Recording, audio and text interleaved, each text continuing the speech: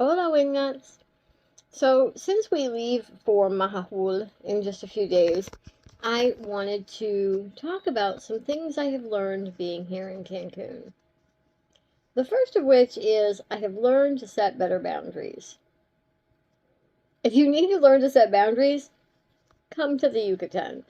Because in Cancun, Playa del Carmen, and some of the surrounding islands, you're going to constantly be approached by people who want to help you or want to sell you something, when help you is actually want to sell you something as well. And you have to learn to say no, gracias. I'm not good at that.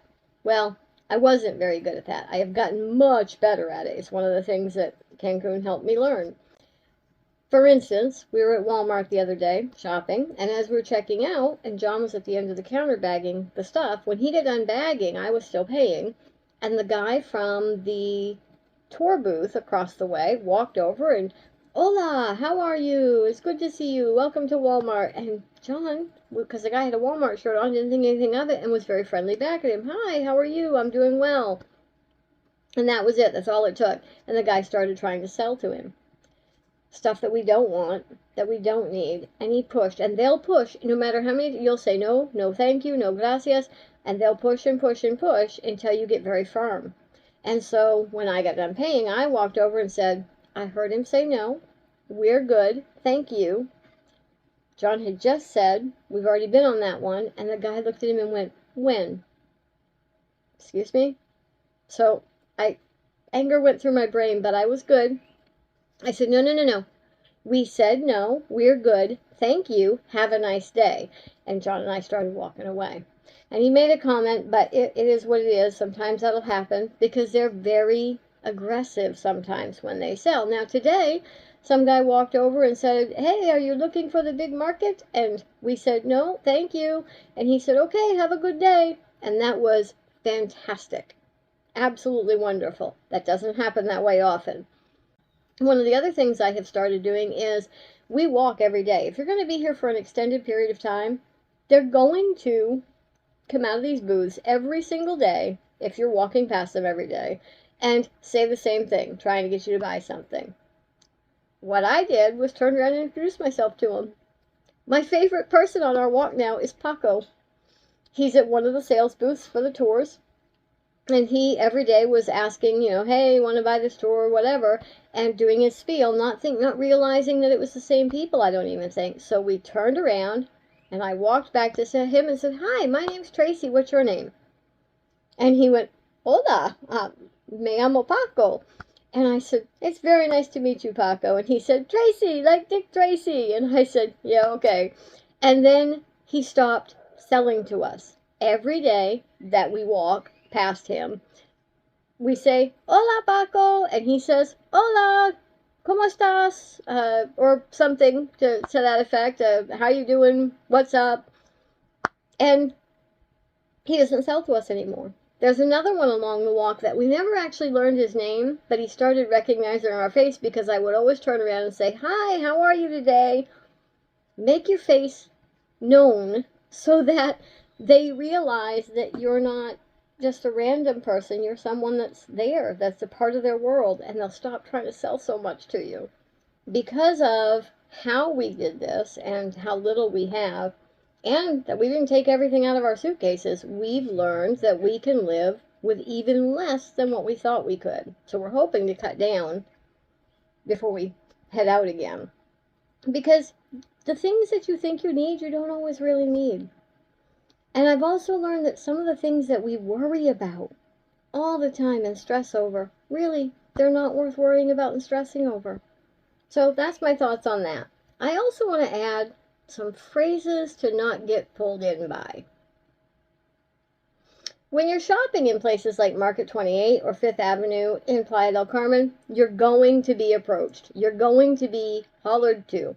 Hey, hi, come look, come by. Here's some phrases. All for $1.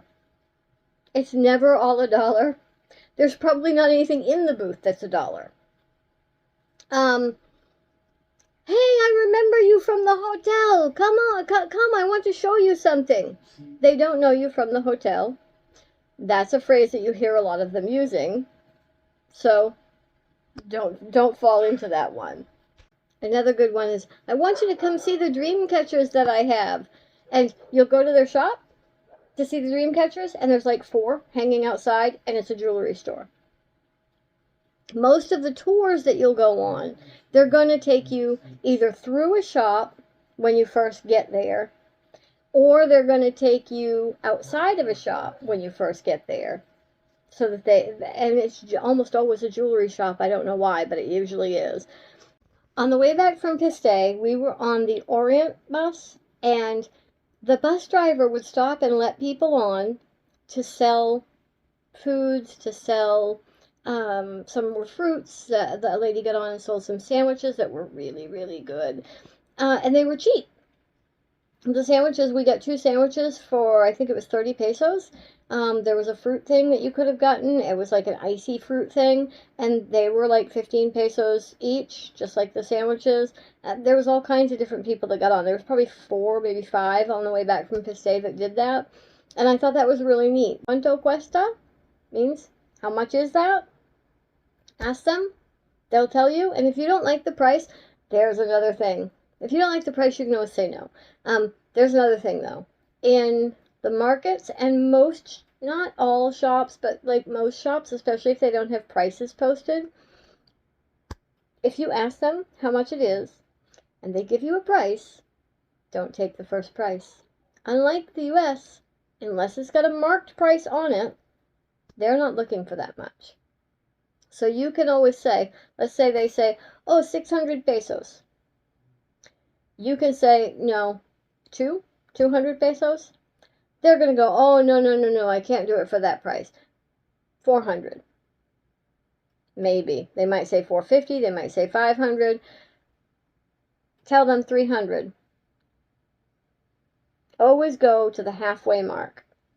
And when they say no, walk away. Because one of 2 things. Unless you really, really want that item, you can accept whatever the lowest price they give you if that's really what you want to do. But you're probably going to find it in another shop for less, or with a more reasonable negotiator. And they're probably going to say, no, wait, I'll do 3. Because they're waiting for you to walk away. They're waiting for you to pay the higher price. You can negotiate most of the time with taxis as well. Not always, but sometimes. They expect negotiating down here. So I'm terrible at it, but I'm learning, and I'm getting better at it. And I always forget to do it.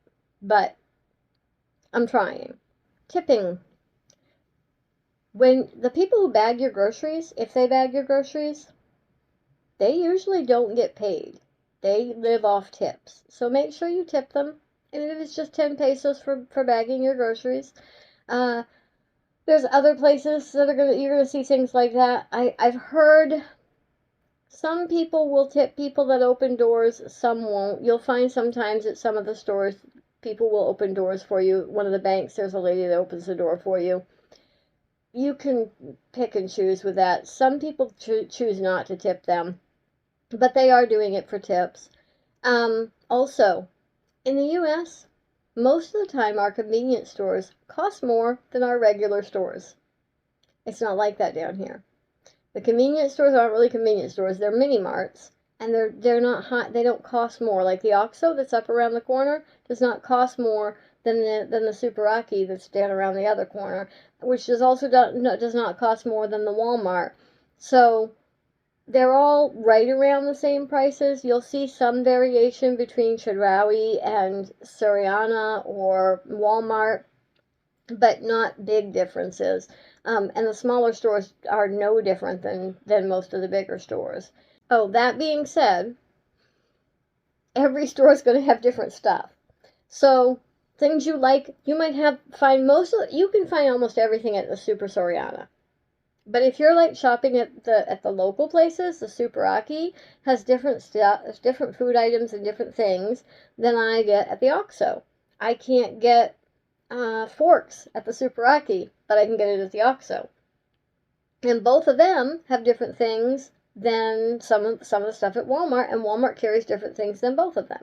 So depending on what I need at any given day, I may walk in a different direction to get different things. I think that's about it for things I have learned. I'll tell you one thing I'm going to miss, though. Boy, am I going to miss I hope they have them in other areas, but I love our lavanderia, which is the laundry.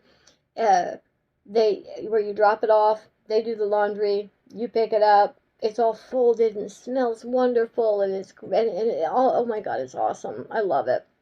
And I love the one we're using because the people there are just so nice. And I'm going to miss them. And I'm going to miss the lavenderia. And I know that we'll still have that for the 6 weeks in the other parts of Mexico.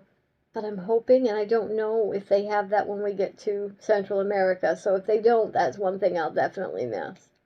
All right, that's it. I'll see you soon.